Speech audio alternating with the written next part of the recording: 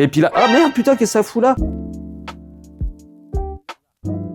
Je vais revenir un petit peu sur un tas de magazines dans lesquels j'ai eu des publications. Faut dire que maintenant, pour se faire connaître, on va plus utiliser les réseaux sociaux, mais il y a 10-15 ans en arrière, en fin de compte, les réseaux sociaux étaient peut-être moins populaires, et même quand j'ai commencé ma carrière il y a 36 ans, il y en avait pas du tout, ça existait pas, même Internet n'existait pas. Et donc du coup, voilà, pour se faire connaître, on faisait beaucoup des conventions un peu partout dans le monde, et on rencontrait des journalistes de tous les pays, et c'est comme ça qu'on se retrouvait à avoir des articles dans un tas de magazines du monde entier. Entre autres, là, j'en ai retrouvé quelques-uns. Celui-là, c'est un magazine scandinave qui est sorti, je crois, en 2010, où du coup, on avait un portrait sur le shop avec l'enseigne horrible qu'on avait à l'époque. Et donc voilà, avec mon ancien collègue et associé Steph D, qui est à Pontoise, maintenant Octopus Tattoo. Voilà, c'est du coup un tas de magazines que j'ai retrouvé à droite à gauche dans mes placards. Avec ça, si je dis pas de bêtises, un magazine d'Argentine. J'avais rencontré le journaliste en faisant une convention à Sao Paulo à l'époque.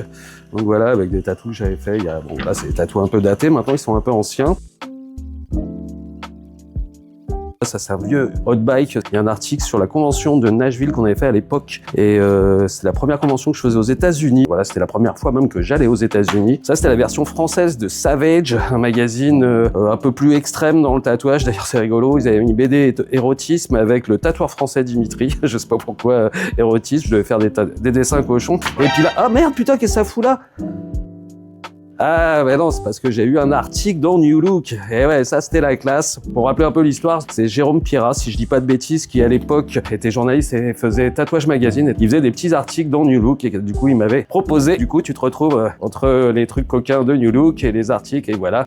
Pour les gens de ma génération, on connaît tous New Look. Après, il n'y a pas besoin d'avoir New Look pour voir que les couvertures de magazines de l'époque étaient quand même un petit peu toujours orientées.